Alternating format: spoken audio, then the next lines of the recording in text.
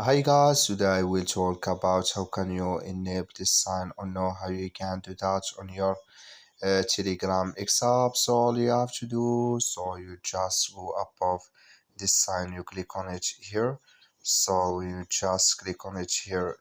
It's going to show for you a list like this. So then all you have to do, so when you just click on this sign here, it's going to show for you a list like this. Click here on settings, so then you come to next step here. Then all you have to do, just go down here. So then you click here on chat folders, click on it. You come to next step here, click here on page control here. Then you come to this list here. Then all you have to do, so you just come here to count in read messages, click in this sign. Then like you see the color show for us, that's mean it's enabled with us now. That's all you have to do. That's all. Thank you for watching. Don't forget to support us by liking, subscribe.